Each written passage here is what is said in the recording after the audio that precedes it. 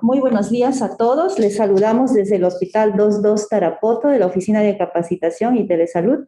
En esta oportunidad me encuentro acompañada de dos médicos, el doctor Juan Rosario Ramos Fernández, médico legista, quien va a estar con nosotros impartiendo su conocimiento y experiencia sobre las implicancias médico-legales, sobre el certificado de defunción y correcto llenado del certificado de defunción. También a la vez me encuentro con el doctor David Muro Gonzaga, médico auditor de nuestro hospital, quien también nos va a acompañar en esta ponencia, realmente una exposición con bastante implicancia legal para los profesionales que de alguna manera somos responsables de todo el tratamiento final de lo que es el llenado del certificado de defunción. Bien, voy a dar pase en este primer momento al doctor David Muro para que pues nos pueda hacer la presentación del doctor Juan Rosario Ramos Fernández. Y gracias, doctor, gracias por estar con nosotros, gracias por compartir su conocimiento, gracias por permitir de que hagamos por segunda oportunidad esta ponencia, para nosotros muy valiosa y considero que de gran responsabilidad profesional. Bienvenido. Gracias. Doctor Muro.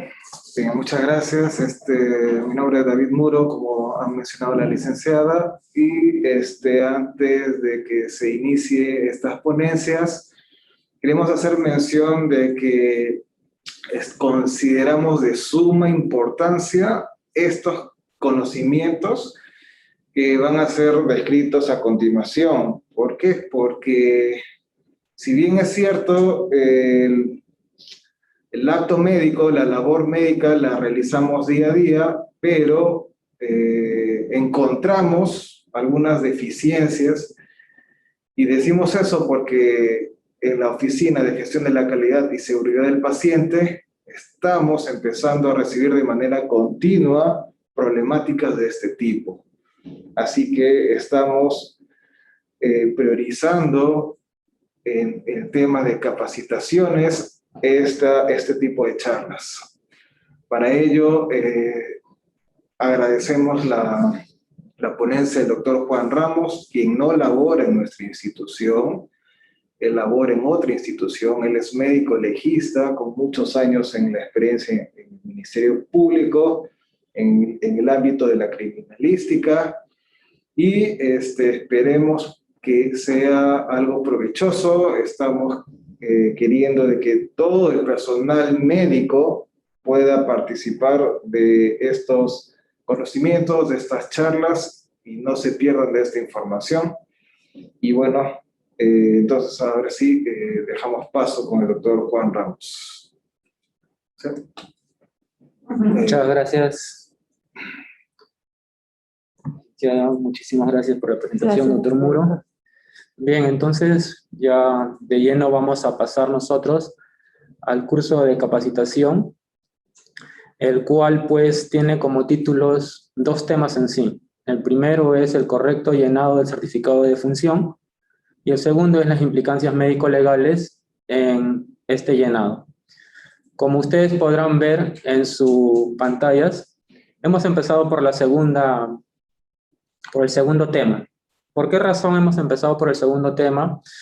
Porque esto va a llamar la atención de cada uno de ustedes para que ustedes vean que detrás del llenado del certificado de defunción hay un mundo de situaciones las cuales vamos a tener en cuenta al momento de estar llenando este documento. De que por sí les digo ya es un documento médico-legal porque forma parte de la historia clínica. Y como ustedes bien conocen, la historia clínica es un documento médico-legal, forma parte de ello. Y como tal, está sujeto a diferentes interpretaciones desde el punto de vista de auditoría, desde el punto de vista de responsabilidades, tanto en los ámbitos penales, en los ámbitos administrativos, éticos, civiles. Bien, entonces por esa razón he querido empezar por la parte de implicancias médico-legales. Voy a tratar de ser lo más concreto y escueto posible para poder terminar en el tiempo posible las dos presentaciones. Sin mayores preámbulos y agradeciéndole su asistencia, empezamos con la exposición. Muy bien, entonces decíamos que el tema es implicancias médico-legales.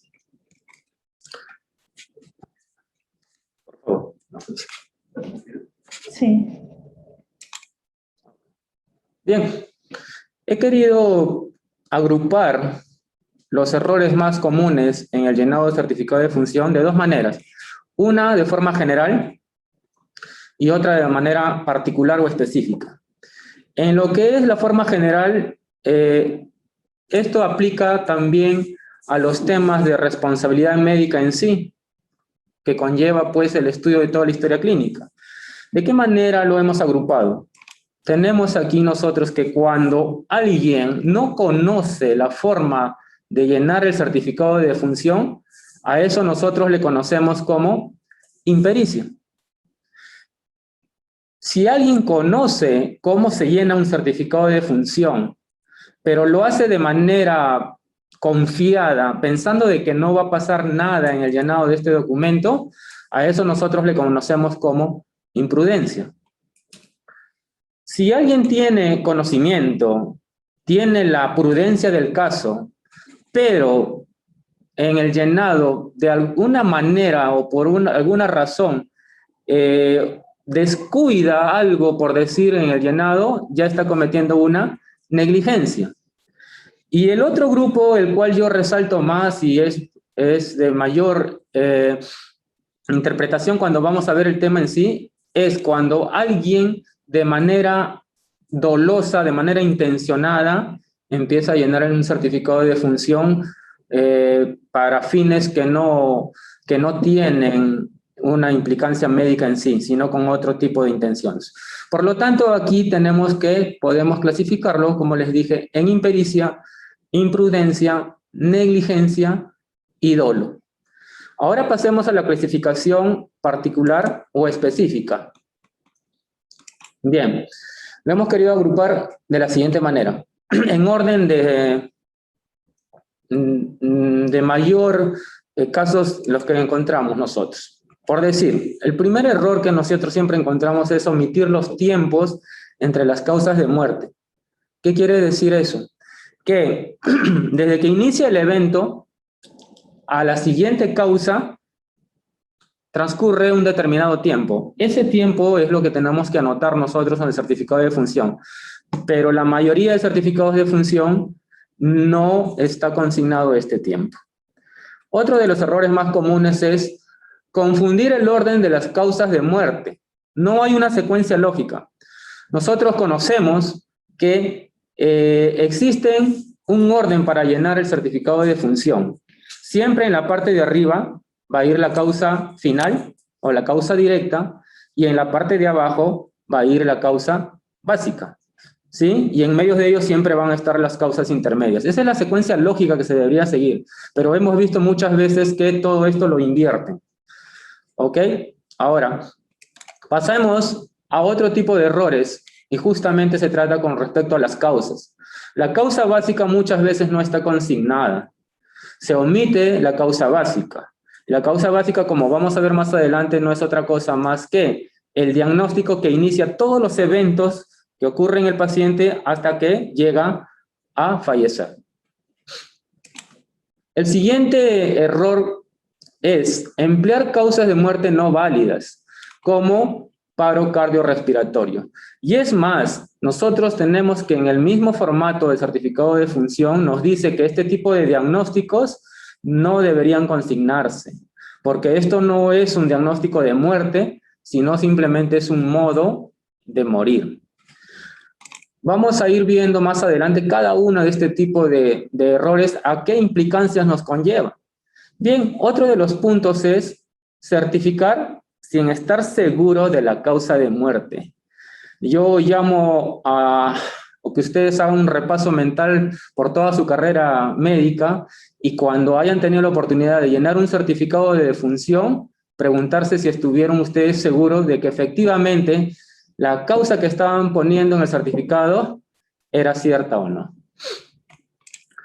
Otro de los puntos que yo como médico legista vengo a poner bien en claro y que ustedes tengan pues una base al momento de poder saber si les corresponde o no certificar la muerte, es este tipo de errores.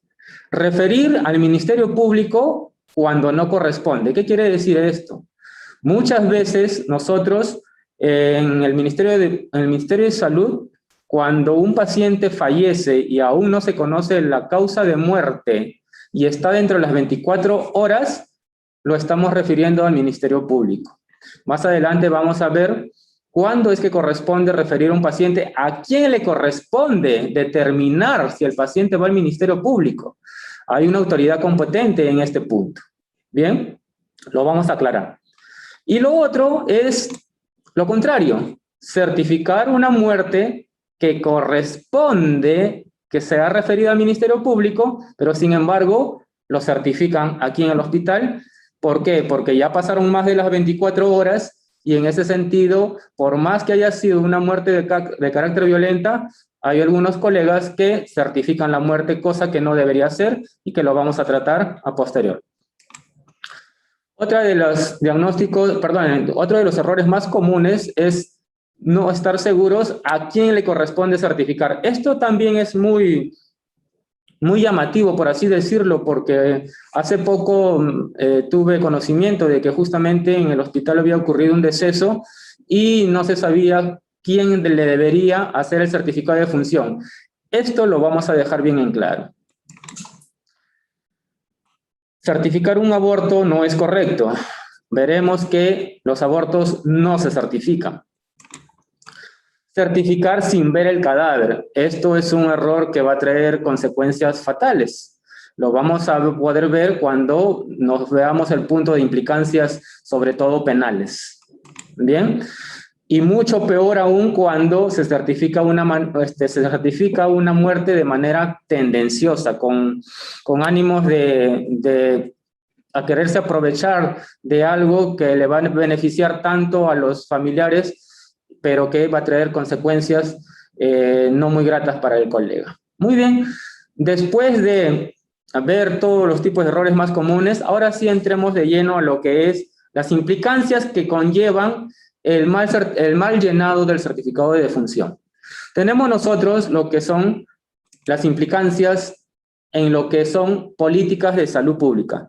Aquí solamente en esta diapositiva voy a mencionar cada una de ellas y en las próximas diapositivas vamos a explicar a detalle cuáles son las implicancias que conlleva el mal llenado del certificado de defunción. Tenemos otro tipo de implicancias nosotros en lo que es el control de calidad de atención en los hospitales. Y aquí lo he resaltado y tenemos las implicancias penales, que es lo que muchas veces tenemos más temor que incluso a las propias implicancias administrativas que podamos tener en nuestros establecimientos de salud. Así como hay implicancias penales, también hay implicancias civiles. Lo voy a explicar más adelante. Tenemos las implicancias administrativas, como les decía. Tenemos las implicancias en nuestros respectivos colegios, en este caso el colegio médico, colegio de obstetras. Tenemos, ahora sí vamos a tratar lo que es las políticas de salud pública. Implicancias en lo que son las políticas de salud pública. A mi opinión, es el punto más importante dentro de lo que es las implicancias en sí. Bien, ¿por qué? Porque nosotros tenemos que tener bien presente que para qué sirve un certificado de defunción. Definitivamente, obviamente que es un formato para dar un trámite administrativo, para poder registrar al paciente, en este caso ya el fallecido, en lo que es el registro nacional, para que conste como ya fallecido. Pero en sí, la base es lo siguiente. Como aquí dice, el certificado de defunción es el registro primario del sistema de información estadística de mortalidad en el país.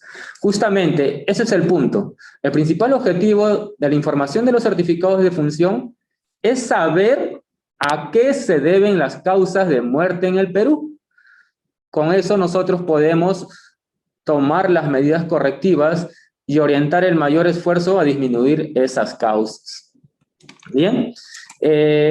La OMS hizo un estudio aproximadamente en el año 2015 acerca de la evaluación de los certificados de defunción para ver qué tipo de calidad de llenado tenían. Y se encontró en un estudio de 287 certificados que solo 97 de ellos, que representaban el 33.8%, se consideraron como buenos, mientras que 128 certificados eran de pésima y de mala calidad. Entonces aquí podemos deducir lo siguiente. Si hay certificado de función en mayor porcentaje de pésima o de mala calidad, quiere decir que la información que nosotros estamos entregando está mal. Y si nosotros estamos entregando una mala información, el Ministerio de Salud pues no va a poder emplear una correcta política de salud en lo que respecta a las causas de muerte en el Perú. De nosotros empieza que las políticas de salud pública se hagan correctamente. Nosotros somos la base de, en este caso, las políticas de salud en lo que es la mortalidad en el Perú. Nosotros somos los llamados a que nuestros usuarios, nuestros conciudadanos, sean bien atendidos porque hay buenas políticas de salud, pero empieza de nosotros. Nosotros tenemos la obligación de poder dar una información correcta, la información idónea para que se tomen buenas políticas de salud. En ese sentido, nosotros tenemos que ahora, incluso en esta coyuntura de la pandemia, se llenan más certificados de defunción y ustedes lo saben, ustedes trabajan en esta institución y sabemos que en el año 2019, mientras que fallecieron 96,000 personas, a comparación del año pasado fueron 190,000 personas según estadística del SINADEF. En ese sentido se han llenado 94,000 certificados de defunción más. Que si bien es cierto, cuando no había pandemia ya eran de pésima calidad los certificados de defunción, por deducción lógica, ahora en esta coyuntura es probable que los certificados de defunción sigan con esta calificación de mal llenado o de pésima calidad. Esperemos que eso no sea así. Muy bien, justamente para poder actualizar un poco la estadística, vemos que en el hospital de Chiclayo se hizo un estudio, en 2 hospitales de Chiclayo, se hizo un estudio acerca de la calidad de los certificados de defunción. Se hizo tanto en el Hospital Regional de Lambayeque como en el Hospital Nacional Almanzor. Bien, y nosotros vemos que en ambos hospitales la buena calidad del llenado del certificado de defunción era bajo, sobre todo en el Hospital Almanzor. Sin embargo, lo de mala calidad y pésima calidad, vean ustedes cómo tenía un alto porcentaje, que si unimos tanto lo de mala calidad como la de pésima calidad, en el Hospital Regional de Lambayeque sumaba un 45,5%, mientras que el 51,1% en el Hospital Almanzor. Y hay un dato mucho más importante aún aquí. Tenemos que los servicios con mayor porcentaje de certificado de defunción de mala calidad en ambos hospitales eran tanto el servicio de neonatología y pediatría como unidad de cuidados intensivos y cirugía. Este estudio se hizo con certificados de defunción llenados el año 2016, pero recién fue publicado este año, el año 2019. Bien, y justamente la calidad de llenado del certificado de defunción es el otro punto que vamos a tocar y que tiene también, si no el mismo peso, también tiene bastante relevancia en lo que es las implicancias del llenado del certificado de defunción. ¿Por qué, colegas?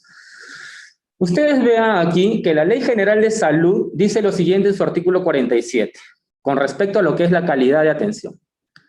Los establecimientos de salud que cuenten con servicios de internamiento de pacientes, nos estamos refiriendo a la institución en la cual estamos, la ley dice que están obligados, señores, la palabra es obligados, a practicar la necropsia de ley, eso lo vamos a tocar más adelante, perdón, a practicar las necropsias por razones clínicas, ¿sí? Lo vamos a tocar más adelante, pero esto quiero resaltar, para vigilar la calidad de atención que proveen.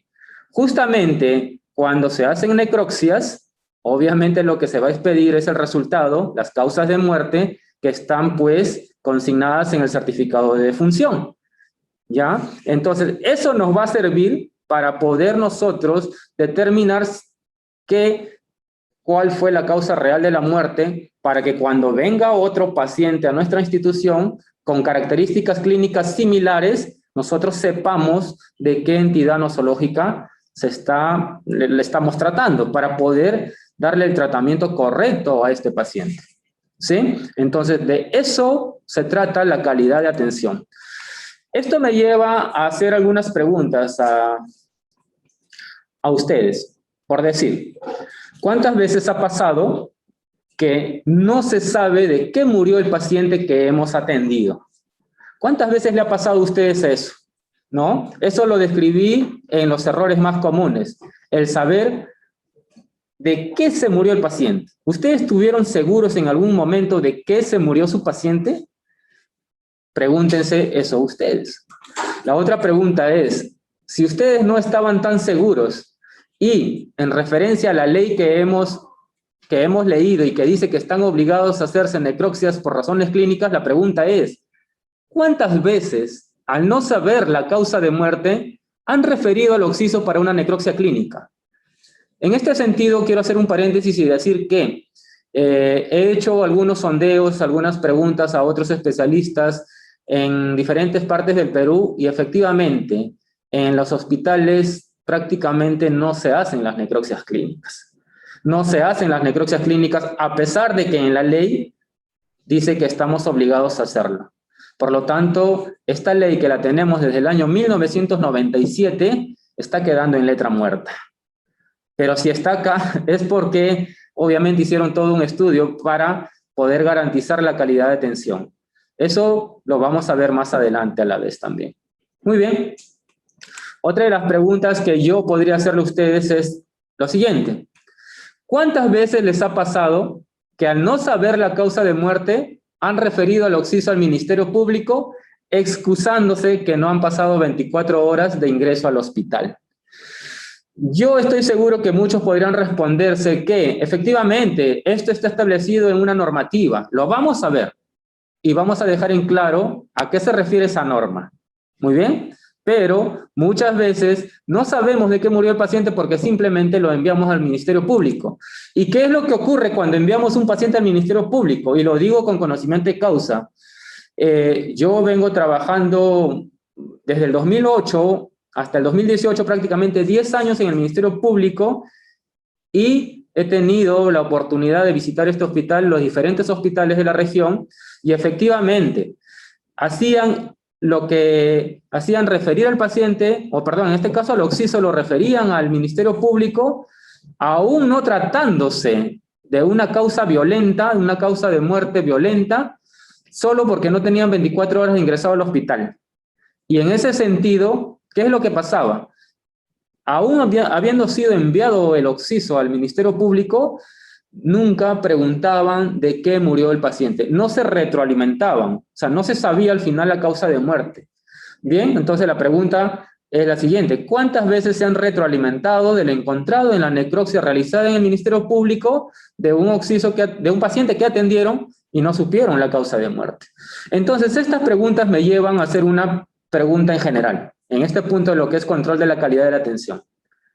¿Cómo queremos mejorar nuestra calidad de atención para nuestros usuarios o quizás incluso para nuestros propios familiares?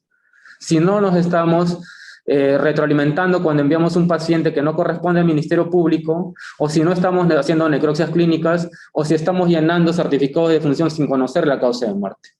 Como les decía, estos dos puntos que he tratado en implicancias cobran mucha relevancia en nuestro quehacer diario. Pasemos a lo que causa mucho temor en los colegas, en los profesionales de la salud, las implicancias penales. Y desde ya la figura muestra, pues, un estetoscopio que representa a los profesionales de salud y lo que usan los jueces y nos lleva inmediatamente a pensar en un juicio, ¿no? Entonces, las implicancias penales. En este sentido, les decía al inicio que el certificado de defunción es un documento médico legal porque sí forma parte de la historia clínica y como tal está sujeto, como le decía yo, a que sea tomado como elemento de prueba en una investigación, ¿no? Y sobre todo en el ámbito penal que estamos tratando en este momento.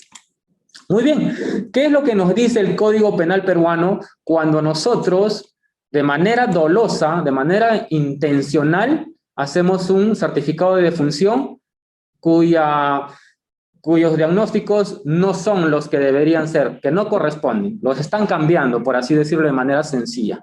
El Código Penal peruano, en su artículo 438, tipifica este tipo de acciones como con el delito de falsedad genérica, que a la letra dice: el que de cualquier otro modo que no esté especificado en los capítulos precedentes, comete falsedad, simulando, suponiendo, alterando la verdad intencionalmente y con perjuicio de terceros por palabras, hechos o usurpando nombre, calidad o empleo que no le corresponde. Y aquí viene lo que nos convoca: suponiendo viva una persona fallecida o que no ha existido, o viceversa, será reprimido con pena privativa de la libertad no menor de 2 años ni mayor de 4 años. Quiere decir, de 2 a 4 años. Aquí quiero hacer una salvedad, colegas. Las implicancias penales, la pena privativa de libertad dice de 2 a 4 años. ¿A qué se refiere? A cárcel. Yo decía en la anterior exposición, que fue de manera presencial, que cuando ustedes escuchan la palabra penal, o sea, me refiero al ámbito de investigación de las autoridades competentes, cuando escuchan la palabra penal, esto es igual a cárcel. Esto es igual a cárcel, ¿ya? Pero miren ustedes, otra salvedad quiero hacer. Nos habla de que la pena puede ser de 2 a 4 años. Cuando la pena es de 4 años para abajo, lo que aplica es la pena privativa de libertad suspendida. ¿Qué quiere decir eso? Que si los han sentenciado a pena privativa de libertad menor de 4 años, esto ustedes lo van a tener que hacer no en la cárcel, sino libres. Pero cada mes tienen que ir al Poder Judicial a firmar un cuadernito, ya, que va esto a saber, las autoridades van a poder saber el control que tienen sobre ustedes. Entonces, no se hace efectiva la cárcel. Cuando es hasta 4 años, no se hace efectiva. Pero cuando la pena del delito es mayor de 4 años, a eso nosotros le llamamos penas privativas de libertad efectiva. Quiere decir que allí sí van dentro de la cárcel. Muy bien. Esto es con respecto a cuando ustedes se atreven a llenar un certificado de defunción con datos que no correspondan. El otro punto de implicancias penales es algo que ustedes ya conocen, en el sentido de que se dice que el certificado de defunción tiene la facultad de acreditar responsabilidad o inocencia en los casos de presuntas negligencias médicas o en casos de presuntos homicidios. Y aquí le traigo un ejemplo a lo que estoy diciendo. Hace poco, en este año, a comienzos de año, para ser más específicos, el día 2 de marzo, fue asesinado un adulto mayor en su casa, ¿sí? La prensa, en este sentido, pusieron lo siguiente, ¿no? Dice así: junto a su hijo, contrató como sicaria curandera. Su plan era quedarse con la casa del anciano de 84 años, ¿no? Dice, ordenó asesinar a su suegro. ¿Qué es lo que pasó acá? El abuelito vivía con sus hijos y con sus nietos, y uno de sus nietos planificó quedarse con la casa y mandó a matar al abuelo. Y en ese sentido, a quienes contrataron fue una curandera. Bueno, el relato es amplio. Quiero, como les dije, ser lo más concreto posible. Resulta que cuando llegó el médico legista, cuando llegó los policías de criminalística, hicieron todas las averiguaciones, y cuando hicieron la necropsia, la causa de muerte, y en esto me quiero centrar, la causa de muerte pusieron como causa final, hemorragia aguda, y como causa básica, traumatismo craneofacial severo. Esto quiere decir que para el médico legista, efectivamente, el abuelo había muerto por un golpe en la cabeza, que fue producido con una barreta, según las investigaciones, y que ese golpe en la cabeza le había ocasionado una hemorragia aguda. Justamente este casito lo vi y pude probar que este diagnóstico que puso el médico legista, que por cierto conllevó a que la curandera y los implicados estén ahorita en la cárcel, no fuera cierto. Este diagnóstico no era el que correspondía. La pregunta aquí es, ¿el médico legista lo hizo acaso de manera dolosa? Yo pienso que no. Sin embargo, cuando nosotros hicimos todas las averiguaciones, pudimos dar con que al momento de que el abuelito recibió el barretazo, ya estaba muerto, ¿sí? Pero eso ya es un estudio forense. Entonces, como les dije, el tiempo no me va a dar para poder explicar todo el caso, pero lo que quiero yo poner en claro es lo siguiente. Con el diagnóstico que nosotros podamos poner en el certificado de defunción, puede determinar que las personas implicadas entren a la cárcel o sean declaradas inocentes. Nosotros tenemos el poder, digo nosotros, tanto los médicos como otro tipo de profesionales de la salud que llenan un certificado de defunción, podemos dar a las autoridades el diagnóstico de que si efectivamente es o no es culpable una persona. Muy bien.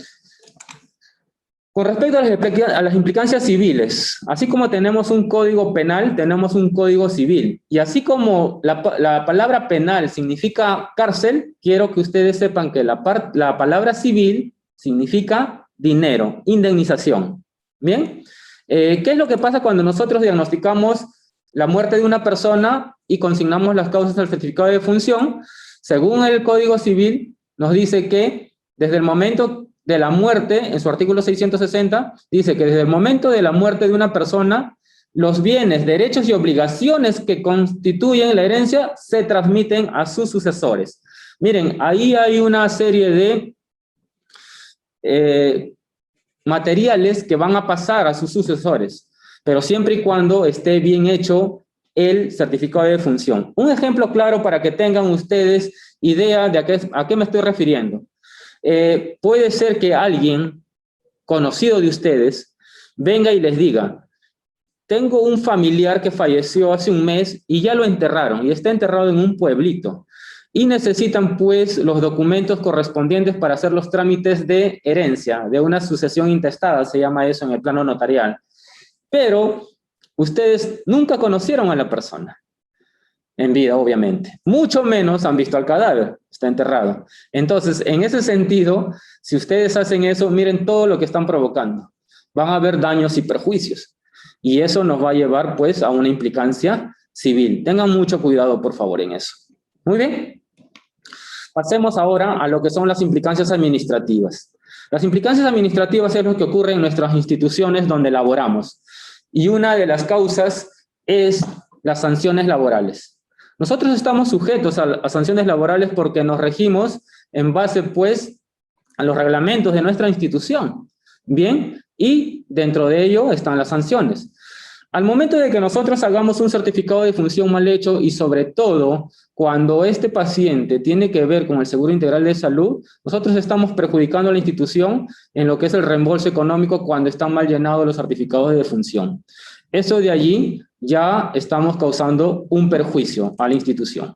Bien, ahora, si en medio de la investigación el colega sale condenado penalmente, pues la institución también tiene todo el derecho de sancionarlo laboralmente. ¿Ok? Las sanciones por culpa ante los reclamos de los usuarios. Justamente el caso que les había comentado era de una persona que reclamaba que por qué razón su certificado de defunción recién se lo dieron prácticamente ya cumpliendo un día más de haber fallecido su familiar. Y esto ocurrió en este hospital, ¿no? Eso conlleva a que hagan sus quejas en los libros de reclamaciones y esto puede ir ante las instituciones competentes, llámese su salud o puede ser Indecopi en estos casos, ¿no? Siempre se está perjudicando en sí a la institución y por lo tanto pueden ser merecedores a las sanciones correspondientes. Bien, recordemos que la Ley General de Salud en su artículo 48 nos dice que recordar que la institución, ojo, miren cómo perjudica a la institución, es solidariamente responsable por los daños y perjuicios ocasionados por su empleado. Eso es con respecto a las implicancias administrativas.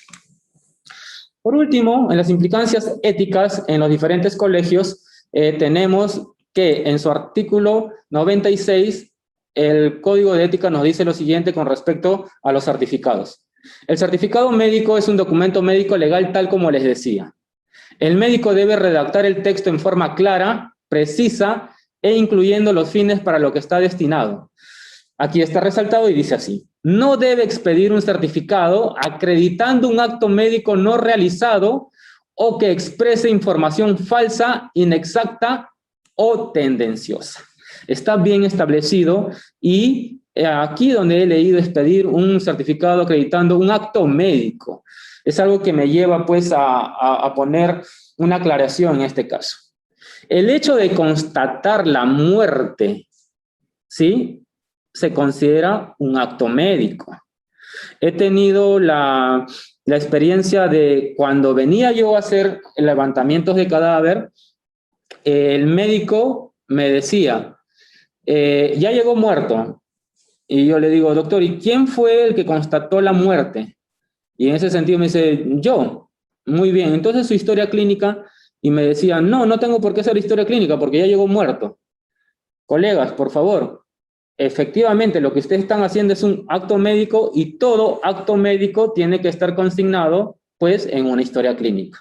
Por lo tanto, tiene que estar la historia clínica allí. Bien, eso es básicamente todo lo que respecta a lo que son las implicancias médico-legales, lo que he querido hacer de una manera resumida, no sin antes terminar este punto o este tema sin que ponerles bien en claro lo siguiente, que en este caso las implicancias están sobre todo en lo que son las políticas de salud pública. Nosotros somos los llamados a contribuir con la política de salud pública de nuestro país. Segundo, nosotros somos los llamados a mejorar la calidad de atención en nuestras instituciones. Solamente piensen que puede ser uno de nuestros familiares que llega a atenderse a este hospital. Eso, por favor. Y con respecto a las implicancias penales, ni qué decirlo. Porque si nosotros estamos privados de nuestra libertad, ¿quién podrá ver a nuestros familiares? Eso es básicamente con respecto a las implicancias. Ahí tienen ustedes el tipo de trabajo que realizo, ¿sí? Sobre todo en lo que son asesorías y pericias de parte en casos de lesiones, violaciones, necropsias, negligencias médicas, ¿no? Y en toda ciencia forense que forma parte de la criminalística. Yo les agradezco por este tema y vamos a pasar ahorita al siguiente tema. Muy bien.